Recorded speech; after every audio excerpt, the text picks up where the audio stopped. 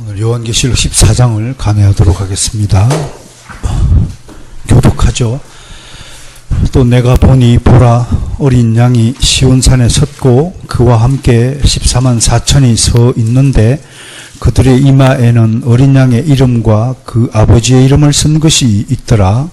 내가 하늘에서 나는 소리를 들으니 많은 물소리와 같고 큰 의 소리와도 같은데 내가 들은 소리는 검은 것 타는 자들이 그 검은 돌을 타는 것 같더라. 그들이 보호자 앞과 네 생물과 장로들 앞에서 새 노래를 부르니 땅에서 속량함을 받은 14만 4천 밖에는 능히 이 노래를 배울 자가 없더라. 이 사람들은 어디로 거치지 아니하고 순결한 자라. 어린 양이 어디로 이동하는지 따라가는 자며 사람 가운데에서 속량함을 받아 처음 입은 열매로 하나님과 어린 양에게 속한 자들이니 그 입에 거짓말이 없고 흠이 없는 자들이더라. 또 보니 다른 천사가 공중에 날아가는데 땅에 거주하는 자들 곧 모든 민족과 종족과 강함과 백성에게 전할 영원한 복음을 가졌더라. 그가 큰 음성으로 이르되 하나님을 두려워하며 그에게 영광을 돌리라. 이는 그의 심판의 시간이 이르렀음이니 하늘과 땅과 바다와 물들의 근원을 만드신 이를 경배하라 하더라. 또 다른 천사가 곧 둘째가 그 뒤를 따라 말하되 무너져도다 큰 성 바벨론이여 모든 나라에게 그의 은혜로 말미암아 진노의 포도주를 먹이는 자로다. 또 다른 천사 곧 셋째가 그 뒤를 따라 큰 음성으로 이르되 만일 누구든지 짐승과 그의 우상에게 경배하고 이마에는 손에 표를 받으면 그도 하나님의 진노의 포도주를 마시리니 그 진노의 잔에 섞인 것이 없이 부은 포도주라. 거룩한 천사들 앞과 어린 양 앞에서 불과 유황으로 고난을 받으리니 그 고난의 연기가 세세토록 올라가리로다. 짐승과 그의 우상에게 경배하고 그의 이름표를 받는 자는 누구든지 밤낮 쉼을 얻지 못하리라 하더라. 성도들의 인과를 인하니 그들은 하나님의 계명과 예수에 대한 믿음을 지키는 자니라. 또 내가 들으니 하늘에서 음성이 나서 이르되 기록하라. 지금 이후로 주 안에서 죽는 자들은 복이 있도다 하시매 성령이 이르시되 그러하다. 그들이 수고를 그치고 쉬리니 이는 그들의 행한 일이 따름이라 하시더라. 또 내가 보니 흰 구름이 있고 구름 위에 인자와 같은 이가 앉으셨는데 그 머리에는 금들레관이 있고 그 손에는 예리한 낫을 가졌더라. 또 다른 천사가 성전으로부터 나와 구름 위에 앉은 이를 향하여 큰 음성으로 외쳐 이르되 당신의 낫을 휘둘러 거두소서. 땅의 곡식이 다 익어 거둘 때가 이르렀습니다 하니 구름 위에 앉으신 이가 낫을 땅에 휘두르매 땅의 곡식이 거두어지니라. 또 다른 천사가 하늘에 있는 성전에서 나오는데 역시 예리한 낫을 가졌더라. 또 불을 다스리는 다른 천사가 제단으로부터 나와 예리한 낫 가진 자를 향하여 큰 음성으로 불러 이르되 내 예리한 낫을 휘둘러 땅의 포도송이를 거두라. 그 포도가 익었느니라 하더라. 천사가 낫을 땅에 휘둘러 땅에 포도를 거두어 하나님의 진노의 큰 포도주 틀에 던짐에 성 밖에서 그 틀이 밟히니 틀에서 피가 나서 말 굴레까지 닿았고 1600 스다디온에 퍼졌더라. 아멘.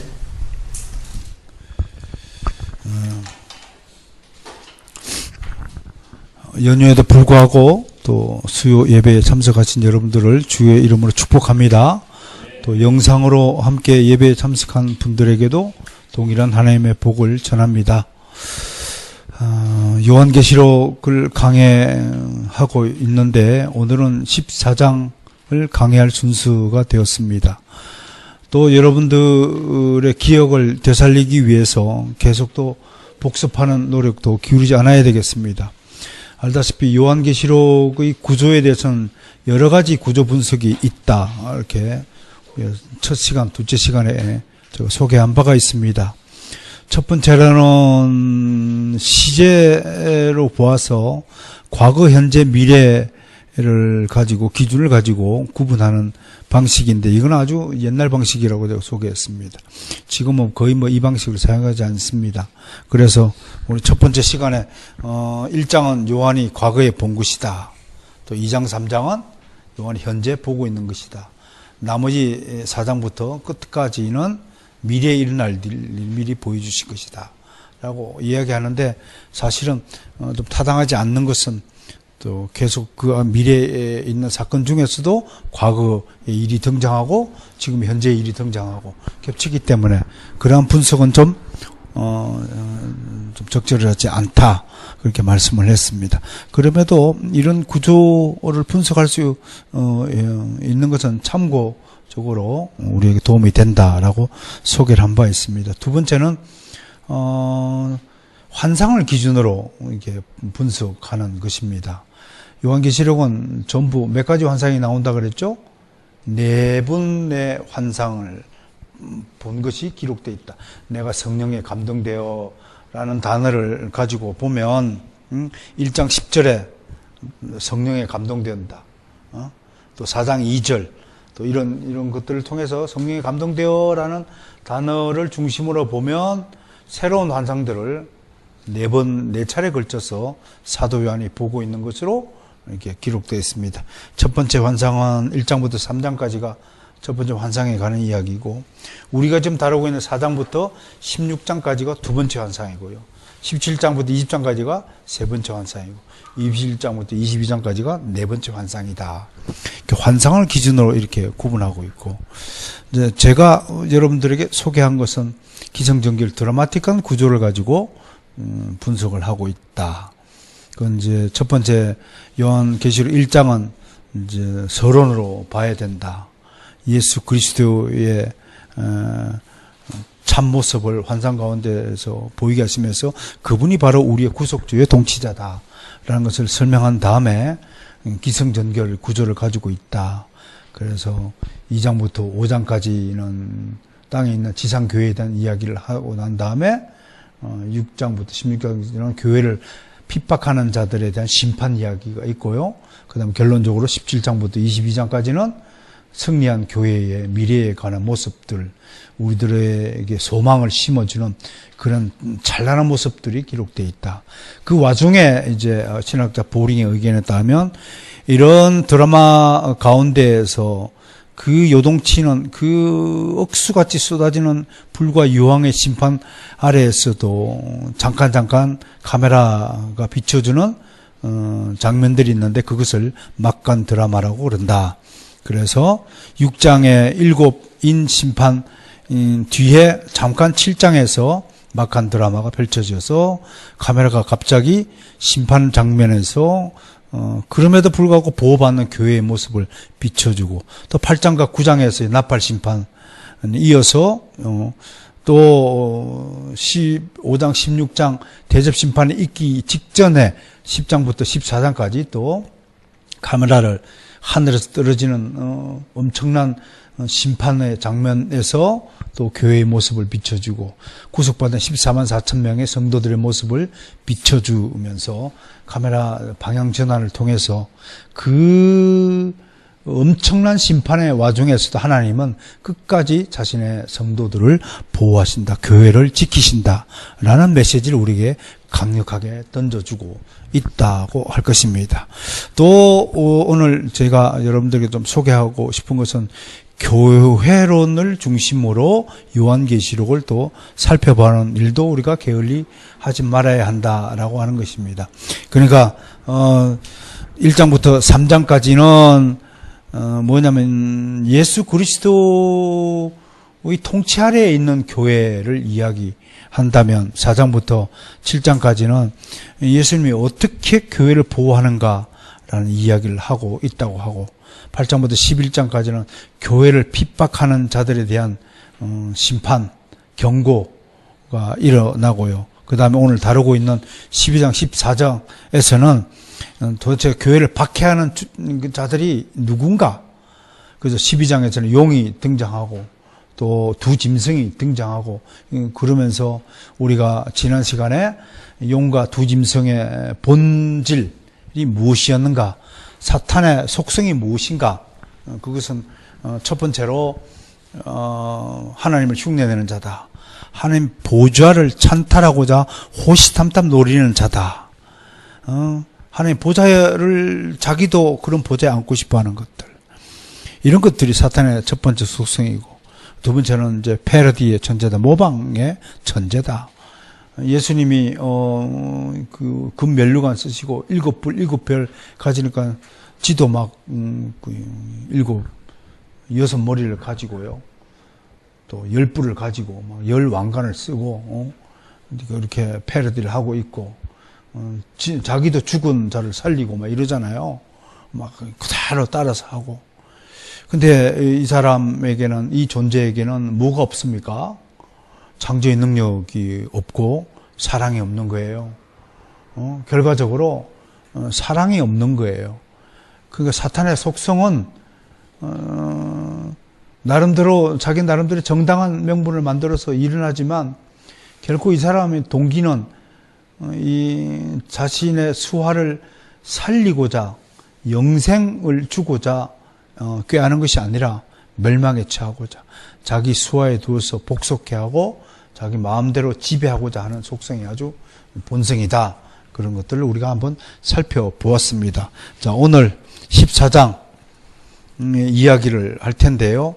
또 엄청난 7 나팔 심판이 끝나고 나서 또 12장, 13장 이야기에서 정말 교회를 박해하는 자가 바로 사탄 용이요 두 짐승이다 얘기를 하고, 그럼에도 불구하고 14장에서 하나님이 오늘 우리에게 주시는 메시지가 뭐냐면 바로 어린 양의 승리를 선포하는 겁니다.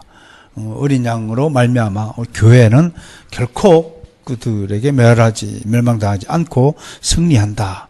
그러면서 우리가 1절부터 5절까지, 우선 오늘 14장 내용을 보면 1절부터 5절까지는 교회의 승리를 이야기하고요.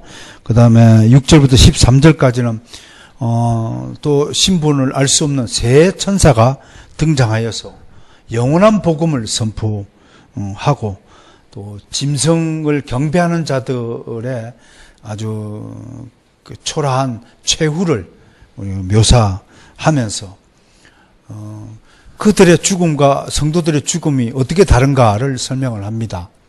쉽게 얘기하면 주 안에 죽는 자들이 복되도다라고 하면서 좀 예수 그리스도의 믿음의 결과가 결코 초라한 멸망이 아니라 화려한 승리 면류관을 쓰는 이임을 우리에게 강조하고 있고요. 그 다음에 14절에서 20절까지는 짐승 추종자들에 대한 심판이 어떤 것이 있는가를 오늘 함으로써 교회의 승리를 완벽하게 보증하고 있는 말씀이 오늘 14장의 주된 내용이다라고 말을 할 것입니다. 자, 페이퍼를 보시면서 함께 보겠습니다. 페이퍼 50페이지 14장, 제가 제목을 승리와 심판이라고 였는데 1절부터 5절까지 보는 게, 1절에 뭐가 제일 먼저 등장하냐면 보라, 어린 양이 어디에 섰다고요? 시온산. 시온산이 가리키는 것은 실제로 예루살렘 그 동남쪽에 있는 구릉지대를 시온산이라고 그러죠. 그러나 영적인 의미로서는 영원한 하늘나라를 의미한다. 그렇게 봐야 합니다. 전천년설주의자들은 이 땅에 건설된 메시아가 직접 통치하는 천년왕국을 시온 왕국이다, 그렇게 부르기도 하죠.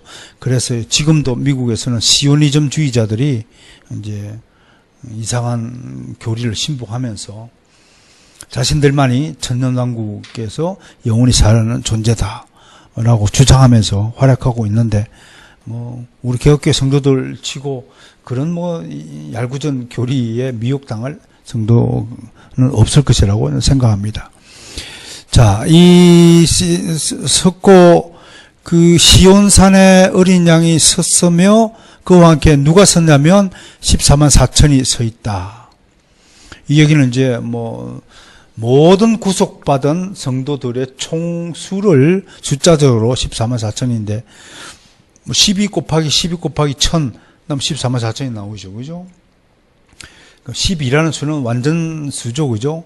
앞에 12조는 12지파에서 택함받은 완전한 숫자인 12숫자의 백성이 구속받아서 천이라는 것은 영원한 삶을 산다. 이런 뜻이 14만 4천에 포함되어 있는데 이것을 숫자적으로 얘기하고 14만 4천 명만이 구속받는다 라고 해석하고 성도들 미혹하는 것은 정말 유치찬란한 짓입니다. 유치찬란한 이런 노름에 빠져가지고 속임을 당한 성도들은 더 유치찬란한 사람들일 수밖에 없다는 거죠. 마치 옛날에 우리 시골 장터에서 약장수에 속아가지고 약 사고 또 노인들만 꼬셔갖고 뭐 의료기기 팔면은 막 그걸 막 추첨해가지고 옛날에 번호 막 나눠주고 추첨하고 막 당첨 그러면 막 그래가지고 막 몇 개월 막 36개월 하루를 끊어가지고 막 며느리가 또 그 물건을 들고 와갖고 막 물르라고 막 안 물려준다 그러고 난리 버리는 여러분 기억나세요? 그러니까 다 유치찬란한 것이고 어리석은 것이죠. 이게 귀가 얇은 사람이 있다고 하죠. 남의 말을 액면그대로 잘 고지고대로 잘 믿는 사람들은 뭐 다른 얘기로 얘기하면 분별력이 없는 사람들이다. 그 분별력이 왜 없냐면 지식이 없기 때문에. 여러분 보세요. 무지함과 무식함의 차이가 뭔 줄 아세요? 무지는요, 무식하지만 무지하지 않은 사람이 있어요. 자, 이들의 특징이 1절에 보니까 뭐예요? 이마에 뭐가 있어요? 어린 양의 이름과 아버지의 이름이 있어요. 아, 이거 정말 재밌죠? 그죠? 여러분, 그래서 서양의 이름은 삼중구조로 되어 있죠. 삼중구조로 되어 있어요. 자기 이름과 패밀리 이름인데 가운데에 또 숫자로 A, B, C, D, E, F 같은 거를 G 같은 걸 넣어서 이렇게 표기를 한단 말이에요. 여러분 이런 것들이 다 성경에서 유래한 이름의 유래란 말이에요. 그럼 지금 구속받은 사람들 이마에 어떤 이름이 있나요? 본인 이름은 따로 있을 테이고 예수 그리스도의 이름과 성부 아버지 하나님의 이름이 딱 박혀 있다라는 것입니다. 그래서 미국에는 뭐 벤자민 B 워필드, BB 워필드 이렇게 벤자민 이름이고 워필드는 패밀리 네임이죠. 우리 같으면 최신이냐 김씨냐 이거 얘기하는 거냐. 가운데 B를 넣어서 그게 무슨 뜻인가요? 워필드 가게에 B 벤자민이라는 얘기거든요. 그러니까 앞에 벤자민이라는 선배가 선조가 한 사람도 있었다는 거죠. A 벤자민이 있었다는 얘기죠. 그렇게 이름을 표기함으로써 이런 삼중구조를 채택하고 있는 것이 우리가 그냥 된 이름이 아니다라고 하는 것입니다. 우리도 그러니까 가운데에다 하나 넣읍시다. 지저스 크라이스트를 넣든지 J를 넣든지 더함 J 초이 이렇게 표기를 하든지 한번 그렇게 해서 삼중구조의 이름을 가지면 어떨까요? 그래서 이마는 특히 성경에서 이마는 구속을 상징하는 인침을 받는 자리입니다. 여러분 인도의 여자들이 이마에 뭐 이렇게 해요? 그게 뭐예요? 너는 내 소유다 이겁니다. 이게 누구 소유예요? 이게 그 빨간 게 누구 소유를 뜻하는 거예요? 사탄의 소유를 뜻하는 거예요. 그게 뜻하는 거예요. 사탄이요, 뭐 힌두교라든지 불교라든지 이런 종교의 이름으로 하나님의 성경에 계시된 인침, 이마의 인침 이런 것까지도 다 패러디해요. 부처 불상에 있어 없어요? 없어요. 다 있잖아요. 다 패러디하는 거예요. 그러니까 이거 보면 정말 기가 막히는 거죠. 이마에 인친다. 그러니까 이게 이마에 인치는 것은 하나님의 이름을 새기는데 이 사람들 표시를 해주는 거죠. 여러분 그게 다른 거예요. 우리는 눈에 안 보이지만 하나님은 딱 보시고 하나님 아시는 거예요. 뭐 보여요? 이마에 적힌 이름. 아직 이름표가 안 새겨졌나 봅니다. 그죠? 구속. 여러분들 안 새겨졌어요? 눈에 안 보이지만 하나님 눈에 보이는 이미 우리 구속받은 백성이잖아요. 14만 4천에는 더 속한 백성이잖아요. 그럼 우리 이마에 뭐가 있어요? 예수 그리스도 이름과 하나님 아버지 이름이 새겨져 있는 거예요. 혹시 그 이름이 눈에 보이는 분 계십니까? 큰일 납니다.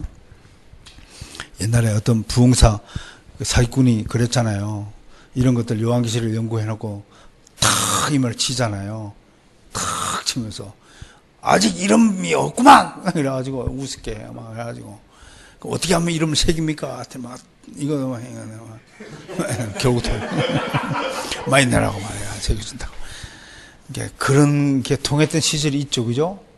왜냐하면 그때만 해도 성경 한 줄 읽지 않고 그냥 목사님을 신적인 존재를 알고 옛날 목사들을 하기 참 편했던 것 같아. 물론 뭐 요즘에도 뭐 어설피 배운 사람들은 뭐 그냥 확 넘어가지만, 그래서 이 강해 설교, 이 주석 공부를 성실히 해야 쏙히지 않는다는 얘기입니다. 그 연예인 누군가는 중국에 가가지고 막 가짜 물건만 사온다며요. 막 설레발을 하면 그냥 솔깃해가지고 다 산다는 거예요. 여러분, 홈쇼핑 물건 막 사는 사람들 뭔가 결국은 귀가 얇아서 그런 거잖아요. 그 무지해서 그래요. 무식해서 그렇다는 거예요. 자, 또 이마, 관상학적으로 제가 좀 해놨어요.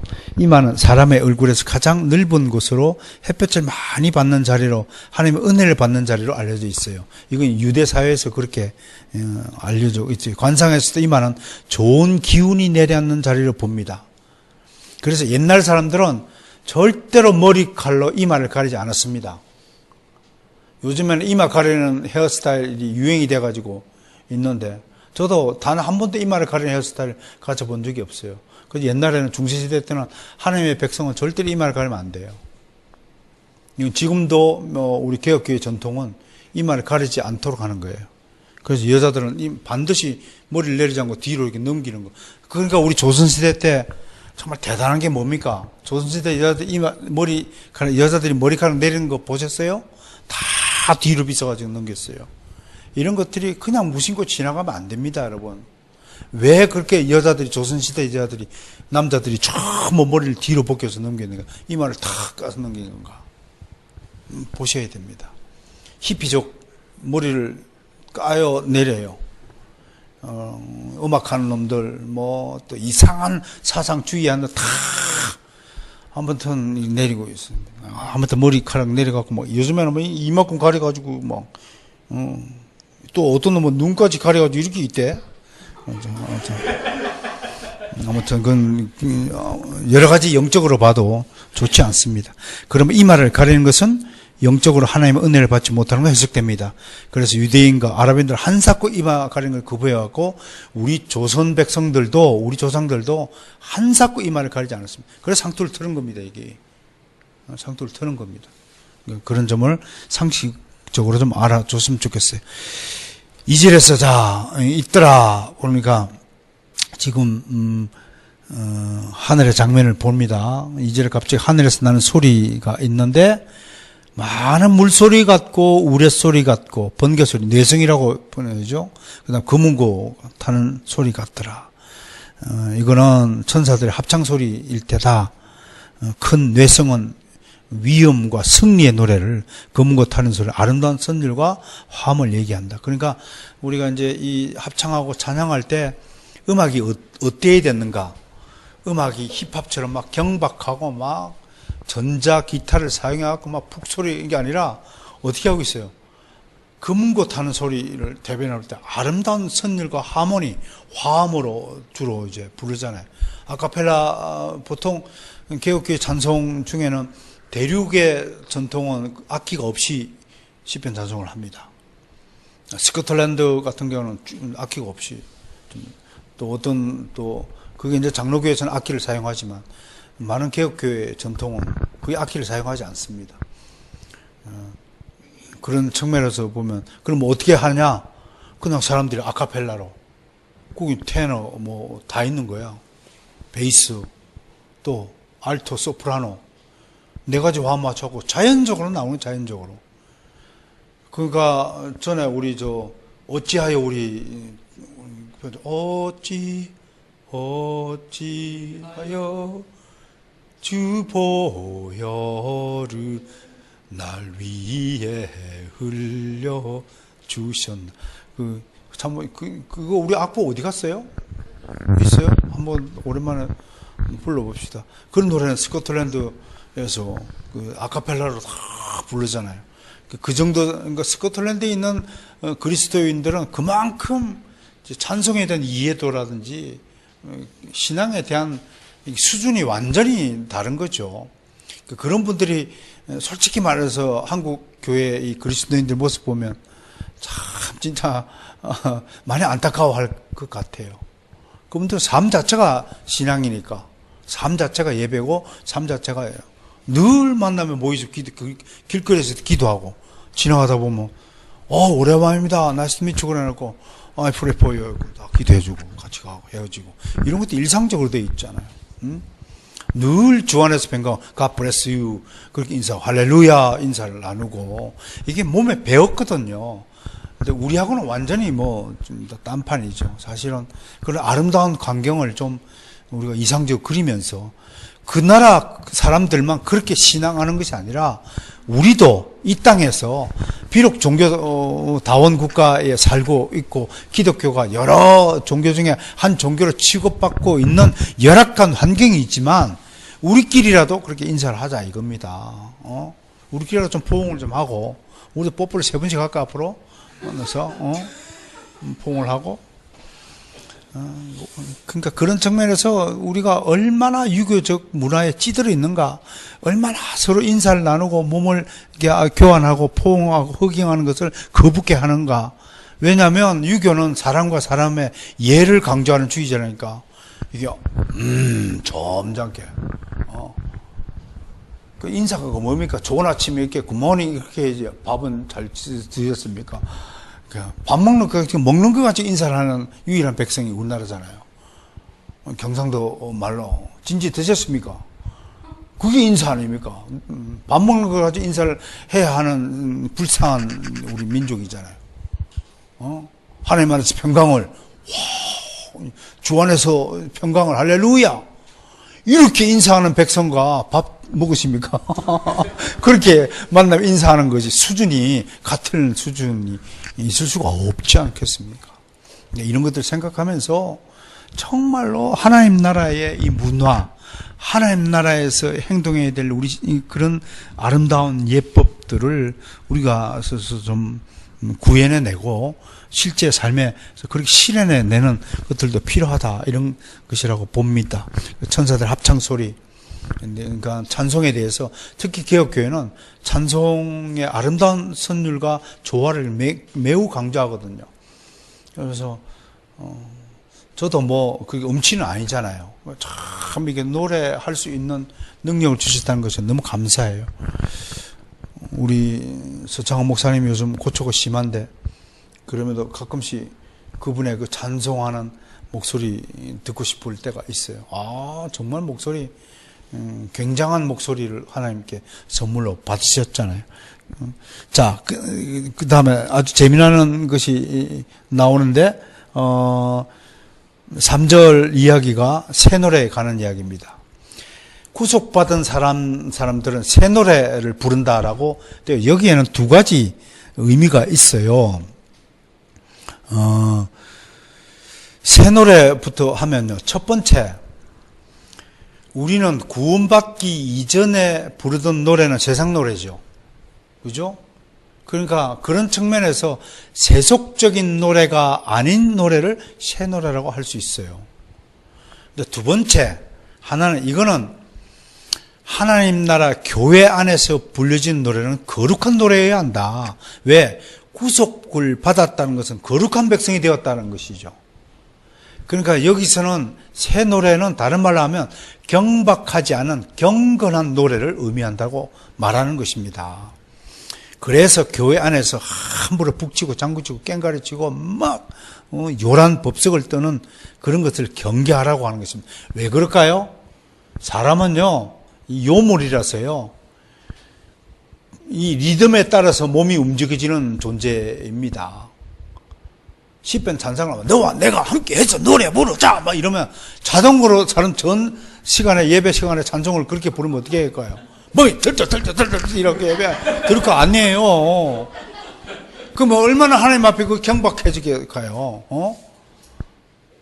그래서 이게 경건한 새 노래가 교회 안에서 불러져야 된다는 겁니다. 근데 요즘에 교회 어떻게 불러요? 얼마나 드럼을 막 세게 치고 막 깡짱짱 막 빙 막 그러고 막 난리 법석을 치는데 전혀 그거는 교회가 불러야 될 새 노래에 해당되지 않는다는 것을 우리는 좀 알 필요가 있다라고 하는 것입니다. 자, 구속받은 새로운 피조물만이 부를 수 있는 노래로서 성경에서 구속받은 자란 세 가지 제가 해놨죠. 그리스도의 보혈로 속전을 지불한 자, 값을 지불한 자다. 고린도서 5장 20절에도 사도 바울이 값으로 산바되었으니, 그래서 너희 몸을 함부로 행하지 말라라고 경고하고 있죠. 그러니까 속전을 지불했기 때문이에요. 그리스도가 우리를 값을 주고 샀단 말이에요. 그러니까 우리가 누구 거예요? 사면서 탁 여기 인을 쳤단 말이에요. 너 내 거, you are mine. 그게 이거 딱 친 거 아니에요? 그러니까 우리는 우리 몸이 아니라 그리스도의 몸이니까 그게 구속함을 받았다. 샀다는 거예요. 두 번째, 인침을 받았다. 그 다음에 7장 14절 17절에 나오는 어린 양의 피에 그 옷을 씻어 희게 된 자들이다. 뭐가 희어져야 되냐면 우리의 마음이 새롭게 되었다라고 사도 바울이 이야기했듯이 마음이 새롭게 된 것이에요. 그게 보혈의 피에 정결케 우슬초로 정케하옵소서. 뭐가 정케돼야 돼요? 더러운 양심이 마음이 깨끗해지고 정결해진 거예요. 그런데 이게 완전히 이 땅에서 정결해질 수 없다는 것들 그 또한 함께 알고 있어야 돼요. 그럼에도 불구하고 우리는 부단히 노력해야 돼요. 이 마음이 얼마나 부패하고 저희는 마음이 심히 부패하다라고 예레미야 선지자가 통탄을 했잖아요. 이 심히 부패하다는 것은 도저히 깨끗해질 수 없을 만큼이라는 뜻이 거기 포함이 되어 있어요. 그러니까 그리스도의 보혈이 아니면 모든 인간은, 타락한 인간은 절대로 자신의 양심을 깨끗하게 할 수 없어요. 아무리 올곧은 자라 할지라도 자신의 양심에 반하는 행동을 하게 돼 있어요. 욕심을 끊어낼 수 없어요. 사실 여러분 돈 얘기 좀 잠깐 합시다. 대개 그 욕심을 대표적으로 상징하는 물질이 뭐예요? 돈입니다. 욕심이 전혀 없어 보이는 사람들도 돈만 보면 갑자기 행동을 표변하는 사람들이 있습니다. 이것은 돈이라는 물질에 완전히 사로잡힌 자라고 말할 수 있습니다. 돈이 무엇이냐에 대한 정확한 이해와 지식을 가지고 있지 않기 때문에 발생하는 범죄입니다. 여러분, 돈이 뭔가요? 돈을 누가 만드셨나요? 정태, 돈을 누가 만드셨어요? 결국 돈을 누가 만든 것일까요? 하나님이 만드신 거예요. 그러니까 하나님이 만드셨다는 것은 돈은 거룩한 도구죠. 우리가 인생을 살아가는데 필요한 거룩한 도구예요. 그 돈으로 우리의 인생을 열심히 거룩하게 살라고 만들어 주신 거예요. 근데 우리가 왜 돈을 잘못 사용하죠? 우리 속에 더러운 부패한 욕심 때문에 이 돈을 올바로 사용할 수 있는 인간은 단 한 사람도 없는 거예요. 그나마 그래도 하나님의 거룩한 성령의 억제 때문에, 성령의 소욕에 이끌리기 때문에 물질에 대한 소유욕을 조금씩 버릴 수 있고 탈피할 수 있는 거예요. 결국은 돈을 안 만지고 사는 인생으로 가게 되어 있는 거예요. 필요하지만 그 돈에 대한 욕심을 버린 상태에서 돈을 지배하고 살 수 있도록 하시는 거예요. 그러니까 이 이치를 깨닫기를 원합니다. 돈은 정말 잘 벌고요, 잘 관리하고 잘 써야 합니다. 특히 사도 바울은 나를 위해서 쓰는 것이 아니라 교회를 위해서 쓰라. 그게 이웃을 위해 쓰는 거고 그런 것이 있거든요. 그런 차원에서 정말 이거는 달성하기 힘든 것이에요. 돈 좋아하지 않는 사람이 어디 있습니까? 정말 다들 돈 좋죠? 돈 좋죠. 여기서 예배드리다 바깥에서 지금 당장 5분 내로 뛰어내려오는 사람한테 10억씩 내가 나눠준다 그러면 다 얼른 어떻게 해야 돼요? 저 유리창 열고 뛰어내려야지. 그런단 말이에요. 그러니까 우리가 그럼에도 불구하고 돈은 하나님을 위해서 쓸 때만 돈이라는 그 존재물의 가치가 발생한다는 것을 아셔야 돼요. 또 돈이 지나치게 없어가지고 거지 생활 하지 않도록 돈 관리 잘해야 돼요. 열심히 땀 흘려서 돈을 벌고 관리하시고 하나님 영광을 위해 돈을 잘 쓰는 여러분들 되시기를 좀 축원합니다.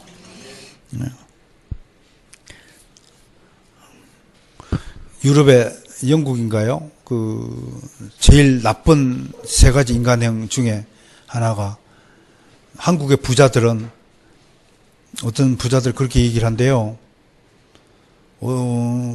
부자가 되기 위해서는 받을 돈은 빨리 받고 줄 돈은 아무튼 최대한 늦게 주라. 이게 아주 더러운 속설이 있대요. 완전히 성경과 180도 다르죠. 우리 할아버지도 왜 저분이 훌륭하신 분인가요? 돈을 정말 잘 쓰신 것 같아요. 내가 보더라도. 빌린 돈 하루 전에 갚아라. 모섬들 나갈 때 탁탁 안겨가지고 뛰어가지고 세금을 딱딱 주고, 그리고 본인의 항상 입버릇처럼 나 죽을 때 난 한 푼도 안 가져가고 한 푼도 안 남길 거다. 다 나눠줄 것이다. 왜? 자식이 없었으니까 그게 가능했던 거예요. 자기 몸으로 난 자식이 없었어요. 그래서 양자 드리는데, 양자가 똑바로 살았으면 그분을 우리 아버님에게 물려갔겠지만, 이 양자가 뭐 엉망진창이니까. 그래서 이게 어릴 때부터요, 돈 쓰는 거 잘 가르쳐야 됩니다. 굉장히 중요합니다. 이게 돈 잘못 쓰게 되면 커서도 해를 먹입니다. 이게 절대 안 됩니다. 그리고 지나치게 내가 아는 2,400억짜리 부자가요, 종이 주고 다녀요. 그건 거지보다 못한 사람이에요. 거지보다. 그러니까 인색하지 마시고, 쓸 때는 또 쓰시고, 좀 그런 멋진 사람이 되시기 바랍니다. 그 다음에 4절과 5절에, 오늘 여기까지 하겠습니다. 4절, 5절까지 하겠습니다. 사람들도 많이 안 오고 그랬어요. 구속받은 자들의 인격이 등장합니다. 인격이. 이거 좀 우리가 좀 살펴봐야 합니다. 첫 번째, 순결한 자가 나오죠. 이게 특징인데, 몇 절인가요? 4절에, 14장 4절에 봅시다. 이 사람은 여자와 더불어 더럽히지 아니하고 순결한 자라.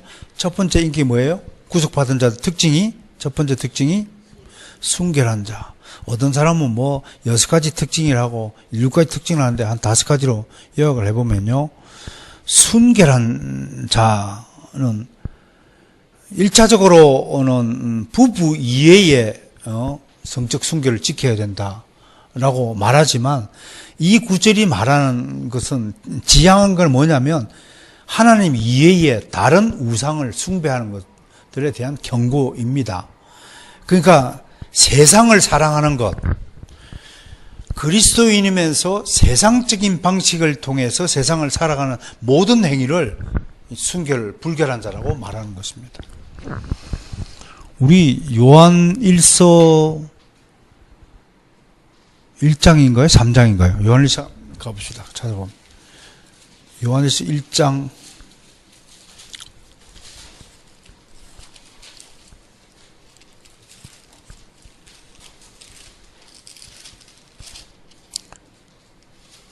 3장인가요? 1장 15절 17절 봅시다. 요한 1서 어디 있어? 2장 15절부터 17절 있네요. 시작. 이 세상이나 세상에 있는 것들을 사랑하지 말라. 누구든지 세상을 사랑하면 아버지의 사랑이 그 안에 있지 아니하니 이는 세상에 있는 모든 것이 육신의 정욕과 안목의 정욕과 이생의 자랑이니 다 아버지께로부터 온 것이 아니요 세상으로부터 온 것이라.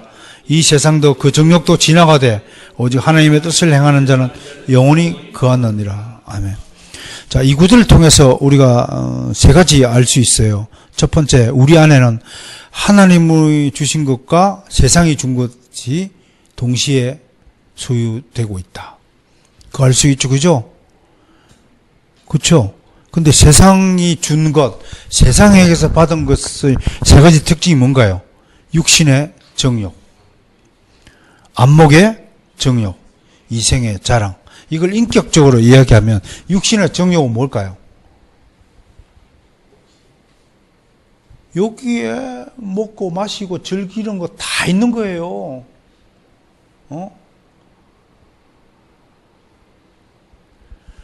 영적인 정욕, 성령의 소욕은 기도하는 거죠. 말씀 묵상하는 거죠.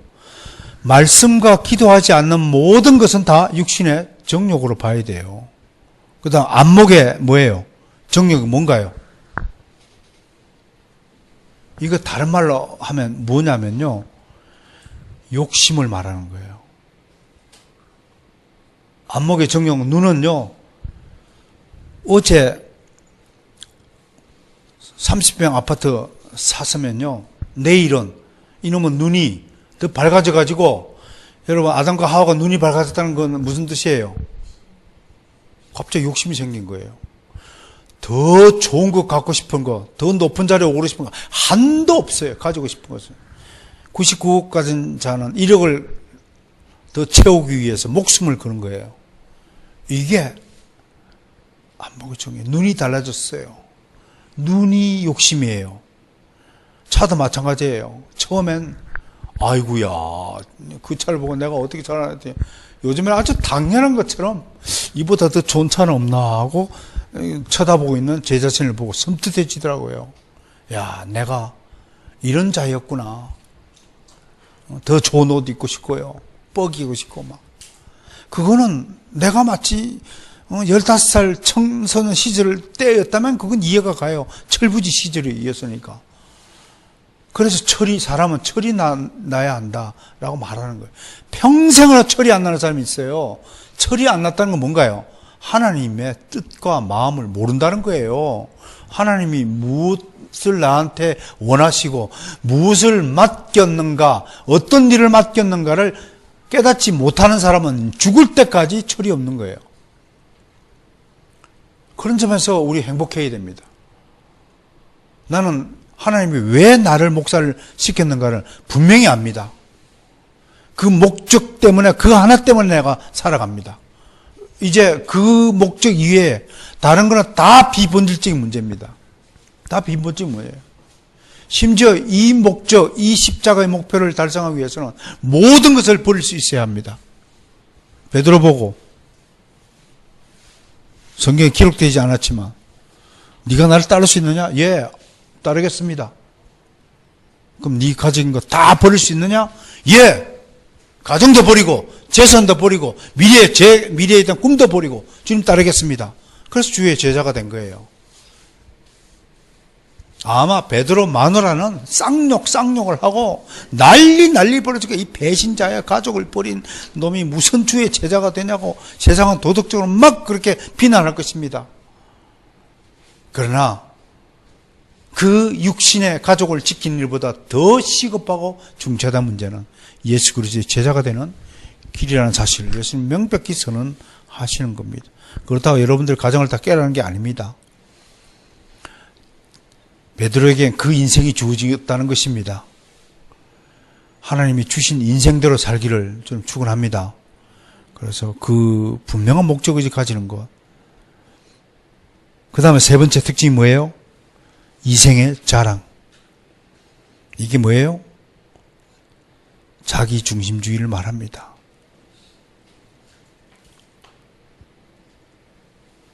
이게 참 심각한 질병입니다.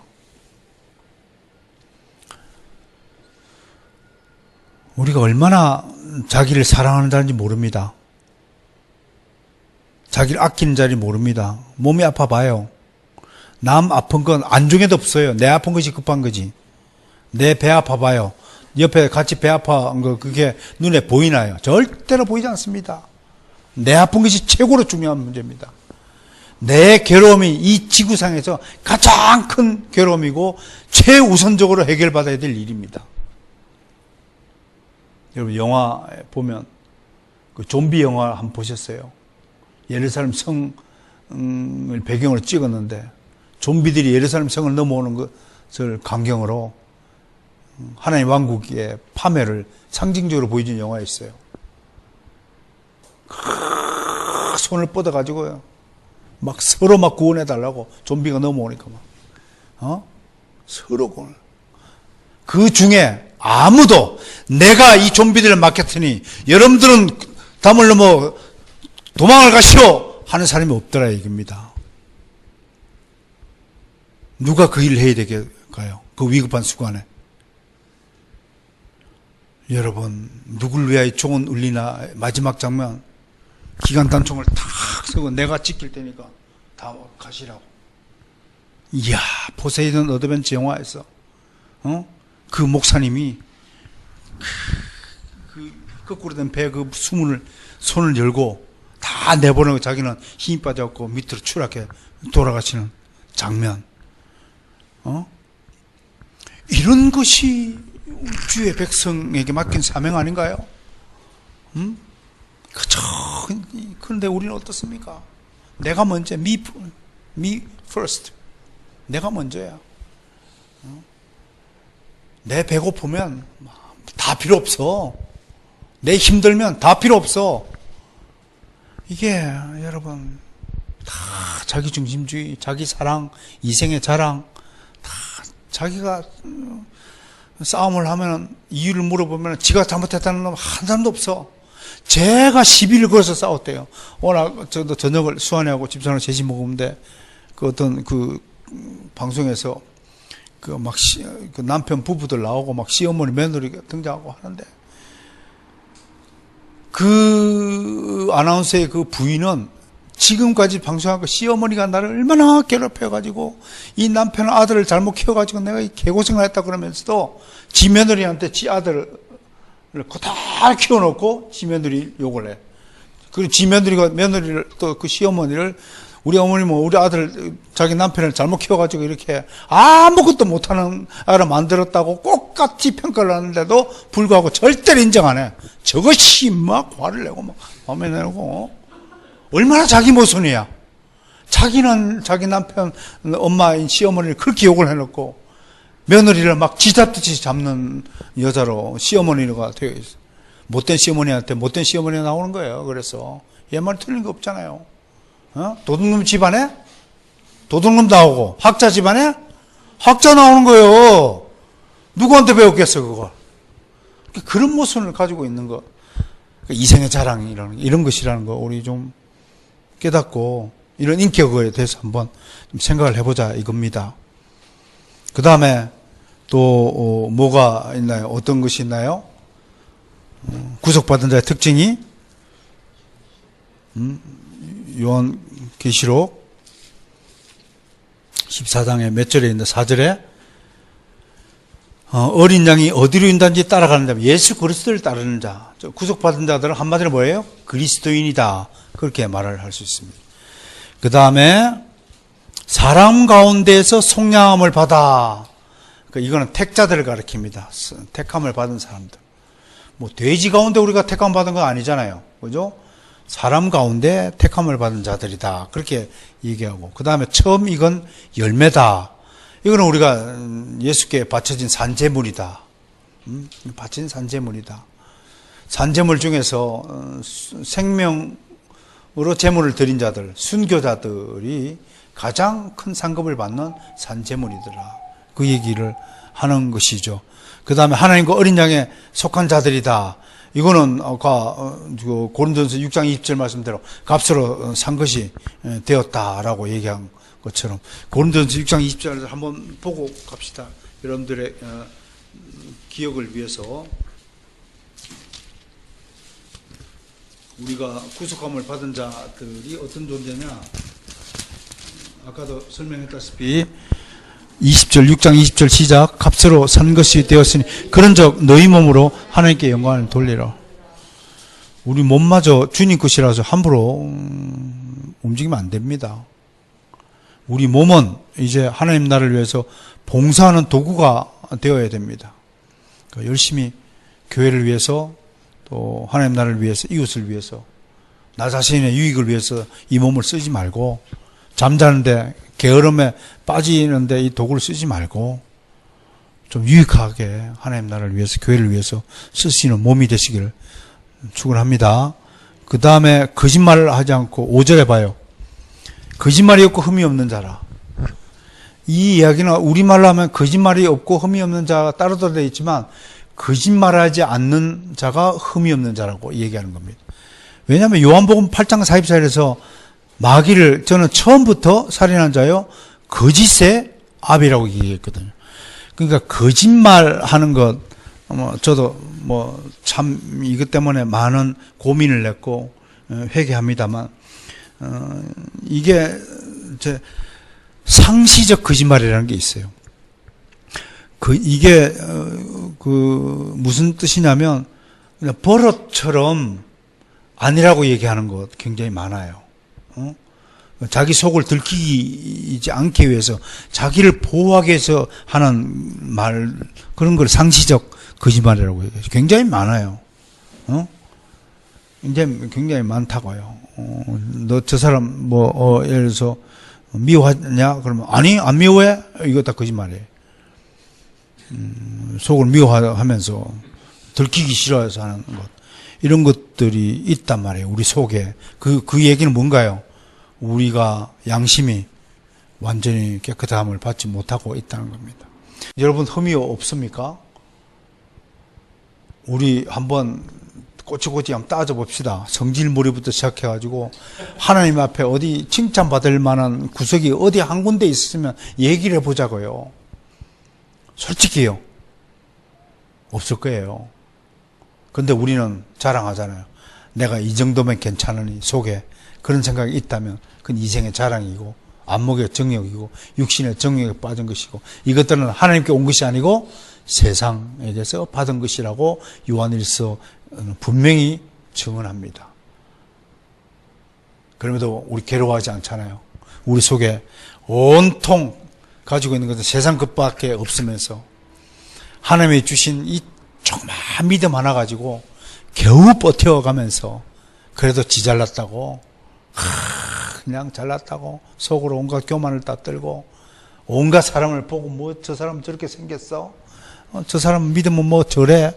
저 사람 저러냐고 온갖 판단을 다 하는 이 악랄한 이 못난 우리의 존재를 생각해 보면 참으로 부끄러울 따름이라는 사실을 알게 될 것입니다. 제가 여러분이 이런 차원에서 구속받은 자들의 이 인격을 요한계시록이 오늘 기록하고 있다는 것에서 많은 교훈을 얻으시길 바랍니다. 느리고 답답하지만 그래도 진보해야 합니다. 성장해야 합니다. 성숙한 인격을 가져야 됩니다. 말이 달라져야 됩니다. 말투가 달라져야 됩니다. 정말 여러분들 우리 가운데 우리 집사람도 그렇고 저도 그렇고 이 입버릇처럼 남을 가르치고 지도하는 사람 입장에 보면 계속 명령어가 나와요. 이리 와! 이거 해! 저거 해! 이거는 정말로 이거는 하나님 나라에서는 없어야 될 말투예요. 그럼에도 저도 막 이렇게 억압지르고 이런 것들이 여전히 남아있단 말이에요. 이거 굉장히 하나님의 마음을 슬프게요. 하나님은 한 번도 우리의 의사를 무시하고 명령하고 강제로 끌고 가는 법이 있습니까? 없습니까? 없습니다. 우리가 복음을 듣고도 이해하지 못하면 기다려주고 항상 권면하잖아요. 권면. 이거 하면 좀 어떨까? 좀 도와줄래? 항상 그렇게 해야 되는데 머리로는 아는데 입에서는 툭 튀어나오거든. 툭 튀어나와요. 이거야 저거야 막 명령하거든.